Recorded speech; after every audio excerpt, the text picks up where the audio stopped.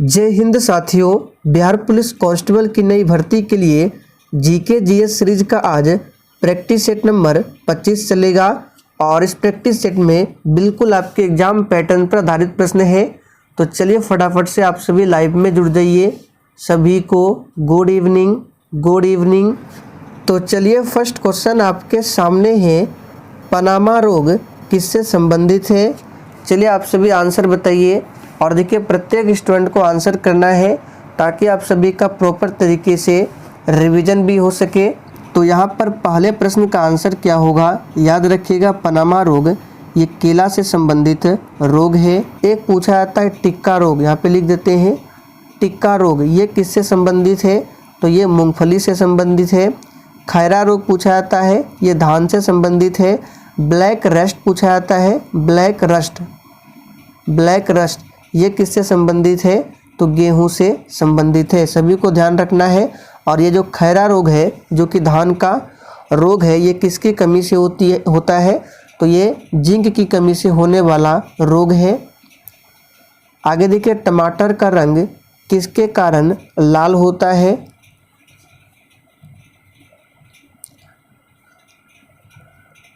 तो यहाँ पर दूसरे प्रश्न का आंसर क्या होगा।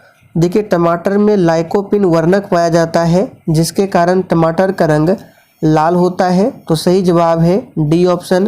कैरोटीन की बात करें तो गाजर में पाया जाता है कैरोटीन वर्णक। आगे देखिए पंचायतों में अनुसूचित जाति और अनुसूचित जनजातियों को स्थान के आरक्षण का ये प्रावधान निम्न में से किस आर्टिकल में है। बिल्कुल टॉप लेवल का प्रश्न है, फटाफट से आंसर बताइए। तो ये किस आर्टिकल में है, इसका सही जवाब है आर्टिकल 243 का घ में। तो डी ऑप्शन जो ही बच्चे बता रहे हैं बिल्कुल सही जवाब है। कुछ आपको इम्पोर्टेंट बताते हैं आर्टिकल, उसको याद कर लीजिए। सबसे पहले याद रखिएगा आर्टिकल 53। आर्टिकल 53 में क्या है, तो इसमें संघ की कार्यपालिका संबंधी शक्ति राष्ट्रपति में निहित होगी। ये अनुच्छेद 53 में कहा गया है। क्या कहा गया है कि संघ की जो कार्यपालिका संबंधी शक्ति है वो किस में निहित होगी, राष्ट्रपति में। उसके बाद अनुच्छेद 64 की बात करें तो इसमें उपराष्ट्रपति राज्यसभा का पदेन अध्यक्ष होगा, इसके बारे में बताया गया है। अनुच्छेद 61 ध्यान रखना है, इसमें महाभियोग की प्रक्रिया के बारे में बताया गया है राष्ट्रपति पर। अनुच्छेद 76 याद रखना है, अनुच्छेद 76 के द्वारा राष्ट्रपति महान्यायवादी की नियुक्ति करते हैं। आर्टिकल 110 इसमें धन विधेयक है। अनुच्छेद 124 इसके अंतर्गत सर्वोच्च न्यायालय का गठन है। तो इन सभी आर्टिकल को ध्यान रखना है। और एक याद रखना है 343, इसमें संघ की जो आधिकारिक भाषा होगी वो देवनागरी लिपि में होगी, ये बताया गया है 343 में। तो 1, 2, 3, 4, 5, 6 ये कुछ 6 इंपॉर्टेंट आर्टिकल है जो एग्जाम में पूछे जाते हैं। भारत में किस प्रकार की वाणिज्यिक बैंकिंग व्यवस्था है,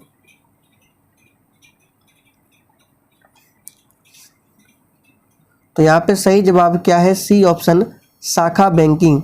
सी ऑप्शन जो ही बच्चे दिए हैं बिल्कुल सही जवाब है। भारतीय रिजर्व बैंक का लेखा वर्ष क्या है। चलिए 5 के लिए आंसर बताइए फटाफट से। आरबीआई की बात करें, रिजर्व बैंक ऑफ इंडिया, इसकी स्थापना कब होती है, तो 1 अप्रैल 1935 को। और इसका राष्ट्रीयकरण किया गया था 1 जनवरी 1949 को। भारतीय रिजर्व बैंक को बैंकों का बैंक कहा जाता है। और इसका लेखा वर्ष क्या होगा, अप्रैल से मार्च नहीं होगा। अब जो इसका लेखा वर्ष है ये जुलाई से जून है। तो यहाँ पे बी ऑप्शन जो भी बच्चे बता रहे हैं उनका बिल्कुल सही जवाब है।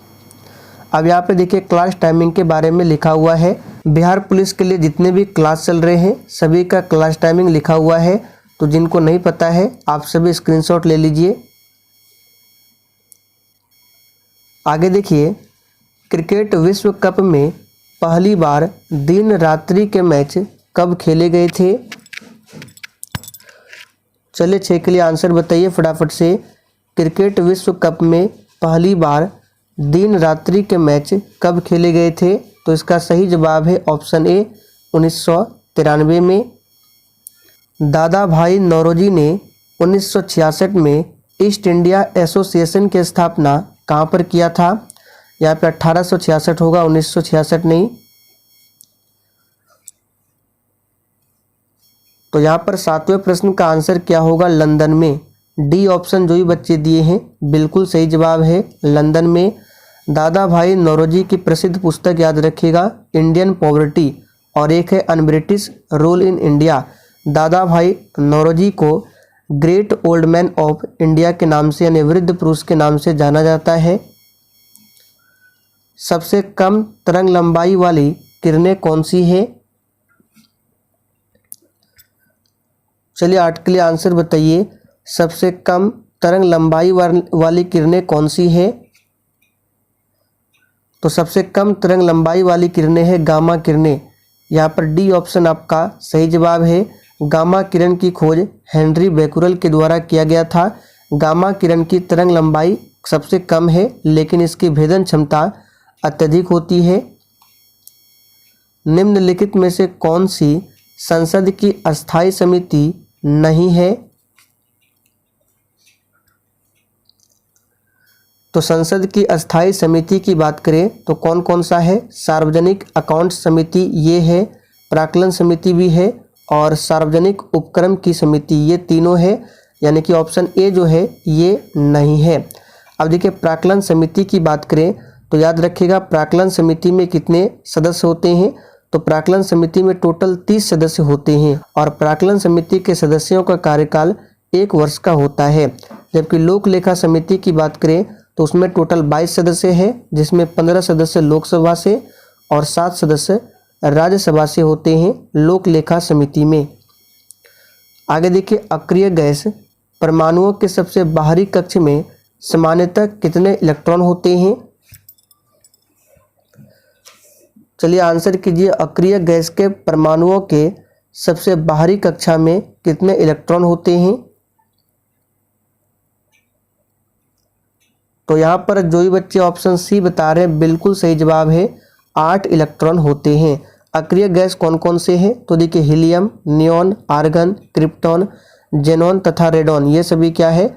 आवर्त सारणी के शून्य वर्ग के तत्व है जिसे अक्रिय गैस कहा जाता है।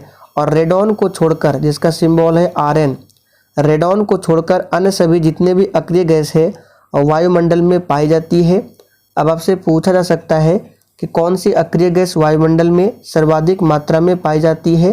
तो याद रखिएगा रेडॉन नहीं, आर्गन। कितना? तो 0.93% सबसे अधिक है। भूमंडल पर कर्क रेखा और मकर रेखा के बीच अवस्थित क्षेत्र क्या कहलाता है? चलिए 11 के लिए आंसर बताइए।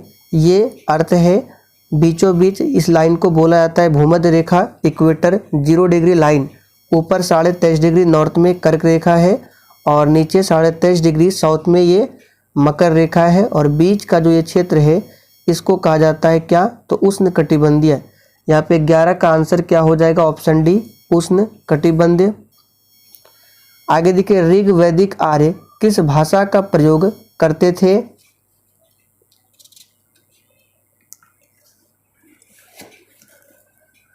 तो यहाँ पे आंसर क्या हो जाएगा? ऋग वैदिक आर्य संस्कृत भाषा का प्रयोग करते थे। ए ऑप्शन सही जवाब है। और आर्य सबसे पहले पंजाब एवं अफगानिस्तान में बसे थे, ध्यान रखेंगे। और आर्यों द्वारा निर्मित जो सभ्यता थी किस प्रकार की सभ्यता थी? तो ग्रामीण सभ्यता। नए राज्यों के निर्माण अथवा विद्यमान राज्यों की सीमाओं को परिवर्तित करने का अधिकार किसको होता है? तो ये अधिकार है संसद के पास। यहाँ पे बी ऑप्शन आपका सही जवाब है। संसद के 3 अंग है, लोकसभा, राज्यसभा तथा राष्ट्रपति। संसद के निम्न सदन को लोकसभा और उच्च सदन को राज्यसभा कहा जाता है। किसे गांधी जी का कंसाइंस कीपर कहा जाता है?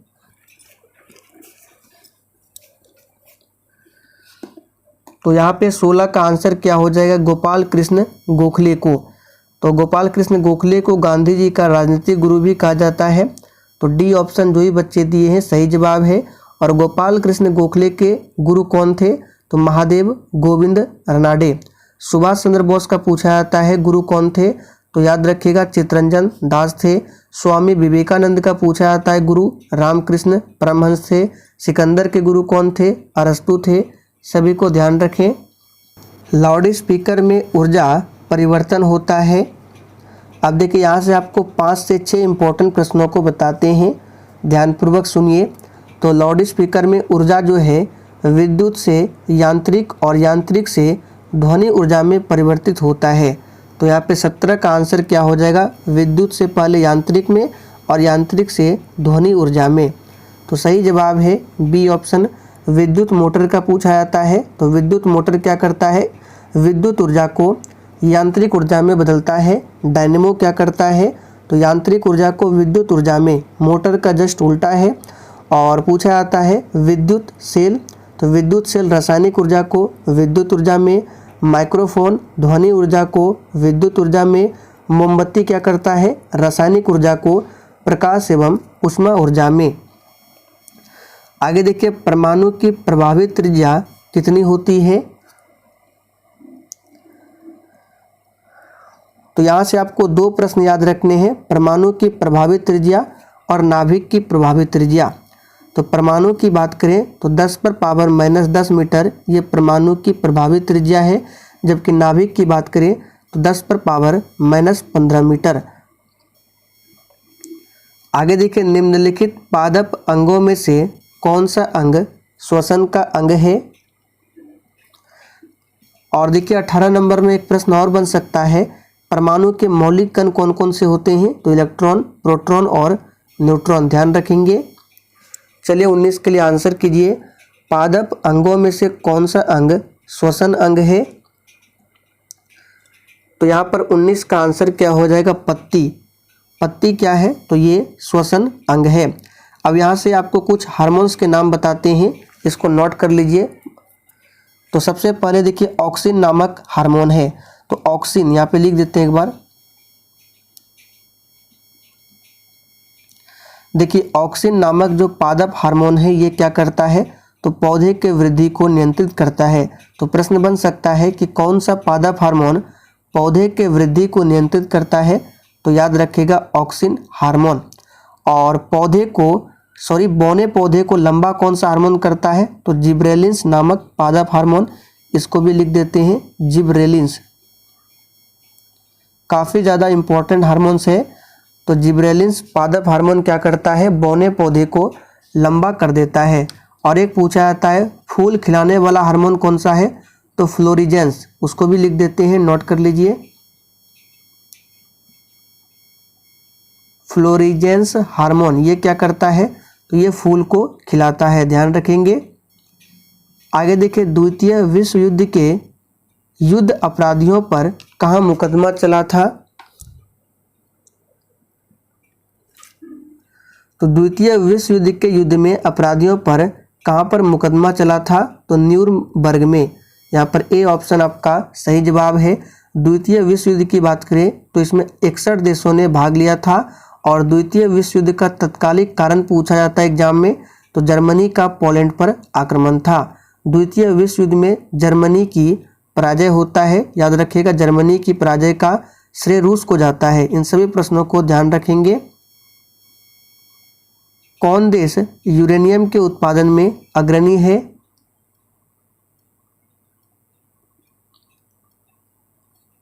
तो कौन देश यूरेनियम के उत्पादन में अग्रणी है? इसका सही जवाब क्या है? तो याद रखिएगा कजाकिस्तान। अब देखिए यहाँ से आपको एक प्रश्न और बता देते हैं, हो सकता है एग्जाम में पूछ ले कि द्वितीय विश्व युद्ध में मित्र राष्ट्रों द्वारा पराजित होने वाला अंतिम देश कौन था? तो याद रखिएगा जापान। मित्र राष्ट्रों द्वारा द्वितीय विश्व युद्ध में अंतिम पराजित होने वाला देश कौन सा? तो जापान। और द्वितीय विश्व युद्ध के साथ ब्रिटेन का प्रधानमंत्री विंस्टन चर्चिल था। ये हो गया। आगे देखिए निम्न में से किस गैस का उपयोग बैक्टीरिया को मारने में किया जाता है? तो बैक्टीरिया को मारने में किस गैस का उपयोग किया जाता है? क्लोरीन। यहाँ पे ए ऑप्शन आपका सही जवाब है। केंद्र सरकार के राजस्व का मुख्य स्रोत क्या है?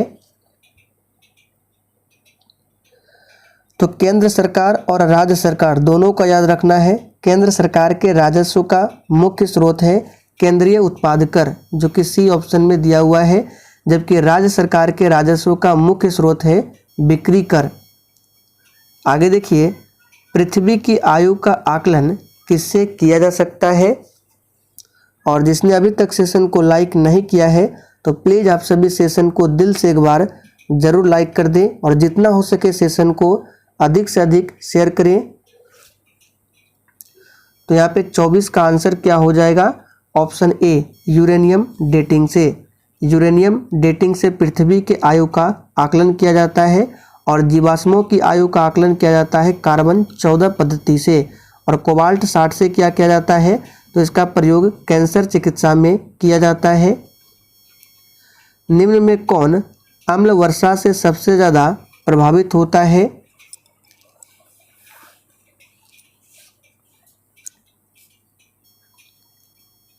तो यहाँ पर 25 का आंसर क्या होगा? याद रखिएगा, पक्षी। पक्षी जो है अम्ल वर्षा में सर्वाधिक प्रभावित होता है और अम्ल वर्षा होने का मुख्य कारण है SO2, सल्फर डाइऑक्साइड। किस देश में सबसे अधिक पशुओं की संख्या है? तो पशुओं की संख्या सर्वाधिक अपना देश भारत में है। किस नदी पर न्यूयॉर्क बसा हुआ है? तो हमने आपको बहुत बार बताया है, न्यूयॉर्क और लंदन। लंदन जो है टेम्स नदी के किनारे बसा हुआ है और न्यूयॉर्क की बात करें तो ये हडसन नदी के किनारे बसा हुआ है।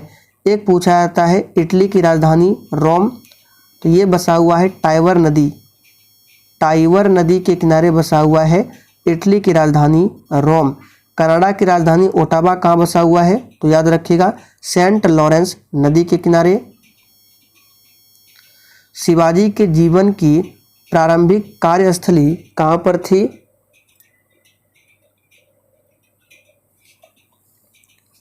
तो यहाँ पे सही जवाब क्या होगा? मालवा प्रदेश। ए ऑप्शन जो ही बच्चे दिए हैं बिल्कुल सही जवाब है। शिवाजी के आध्यात्मिक गुरु कौन थे? तो गुरु रामदास। और शिवाजी के राजनीतिक व सैन्य गुरु कौन थे? तो दादा कोंडदेव। शिवाजी के राज्य की राजधानी कहाँ थी? रायगढ़ थी। शिवाजी की मृत्यु 1680 में हुई। शिवाजी का उत्तराधिकारी संभाजी था। 1906 में स्वराज शब्द का प्रयोग करने वाला प्रथम भारतीय कौन था? तो देखिए 1906 का कलकत्ता अधिवेशन आपको याद होगा, जिसकी अध्यक्षता दादा भाई नौरोजी ने किया था और इसी ने स्वराज शब्द का प्रयोग प्रथम बार किया था। तो सही जवाब है दादा भाई नौरोजी ने। 1906 में कौन सा अधिवेशन हुआ था? तो कांग्रेस का कलकत्ता अधिवेशन। और मोतीलाल नेहरू से संबंधित एक प्रश्न ध्यान रखना है। मोतीलाल नेहरू और चित्तरंजन दास ने 1922 में असहयोग आंदोलन को स्थगित किए जाने पर 1923 में स्वराज पार्टी का गठन किया था। ध्यान रखेंगे, तो पूछा जा सकता है स्वराज पार्टी का गठन क्यों किया गया था? तो असहयोग आंदोलन की स्थगित होने की स्थिति में। याद रखिएगा। किस हार्मोन को मादा हार्मोन के नाम से भी जाना जाता है? तो दोस्तों ये जाना जाता है एस्ट्रोजन को, ये मादा हार्मोन है, याद रखिएगा। आगे देखिए, सबसे अलग चमकीला तारा कौन सा है? तो सबसे चमकीला ग्रह पूछे तो शुक्र ग्रह है। और सबसे अलग चमकीला तारा पूछे तो इसका सही जवाब है सिरियस तारा। सी ऑप्शन जो ही बच्चे दिए हैं बिल्कुल सही जवाब है। ध्रुव तारा की बात करें तो ये हमेशा नॉर्थ की दिशा में चमकता है।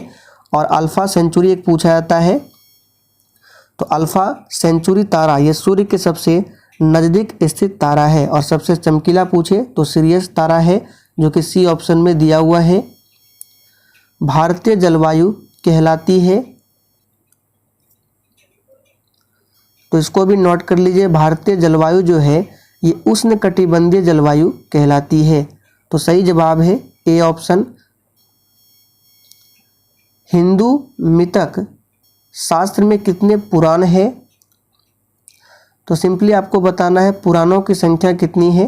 तो आप सभी जानते हैं टोटल 18 पुराण है और पुराणों के रचयिता कौन है? तो लोमहर्ष एवं उसके पुत्र उग्रश्रवा। लाल किला की ज्यामितीय आकार किस प्रकार की है?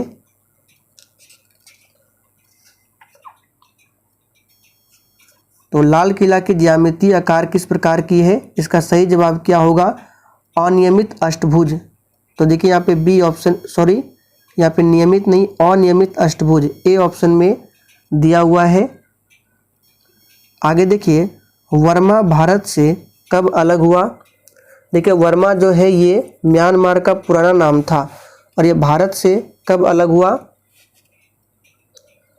तो इस प्रश्न का सही जवाब क्या है? याद रखिएगा, वर्मा भारत से 1937 में अलग हुआ। आगे देखिए, ग्लोबल एनवायरनमेंट आउटलुक GEO कौन जारी करता है? तो दोस्तों ये जारी करता है UNEP, जिसकी स्थापना 1972 में होती है। सूरत विभाजन कब हुआ था? चलिए आंसर बताइए, सूरत विभाजन कब हुआ था? तो याद रखिएगा 1907 में सूरत विभाजन होता है। सोन नदी का उद्गम स्थल क्या है? तो सोन नदी कहाँ से निकलती है? आप सभी जानते हैं, अमरकंटक से। बी ऑप्शन आपका सही जवाब है। सीमा सड़क संगठन, इसकी स्थापना कब की गई थी? चलिए 39 के लिए आंसर बताइए। बिल्कुल इसी तरह के प्रश्न आपके एग्जाम में पूछे जाएंगे। तो सीमा सड़क संगठन की स्थापना कब होती है? 1960 में। अंकलेश्वर कहाँ पर स्थित है?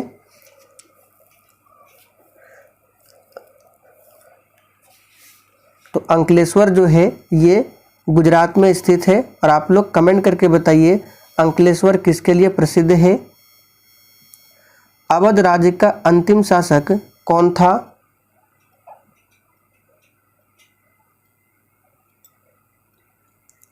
तो काफ़ी ज़्यादा इम्पोर्टेंट प्रश्न है।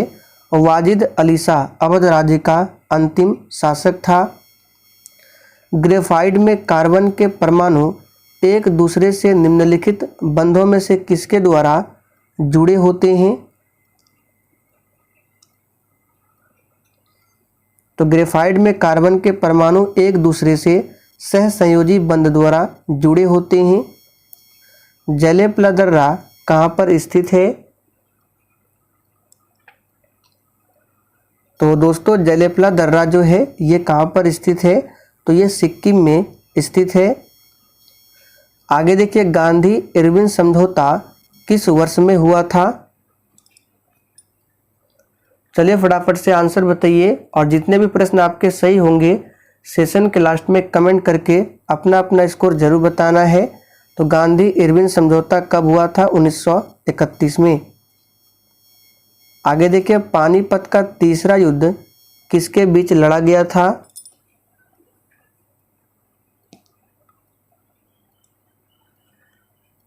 तो दोस्तों ध्यान दीजिए, पानीपत का तीसरा युद्ध जो है ये कब हुआ था? 1761 में मराठा और अफगान के बीच में हुआ था। पानीपत का प्रथम युद्ध हुआ था 1526 में, दूसरा 1556 में। निम्नलिखित में से कौन सी एक यूएसए की स्थानीय पवन है? तो यूएसए की स्थानीय पवन है चिनूक।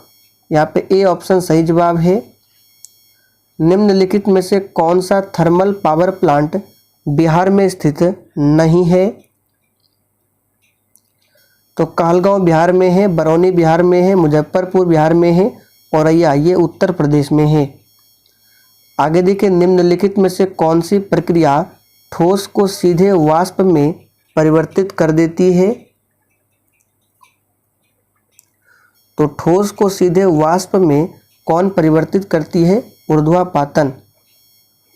आगे देखिए, निम्नलिखित में से किसने इंडियन ओपिनियन नामक समाचार पत्र आरंभ किया था?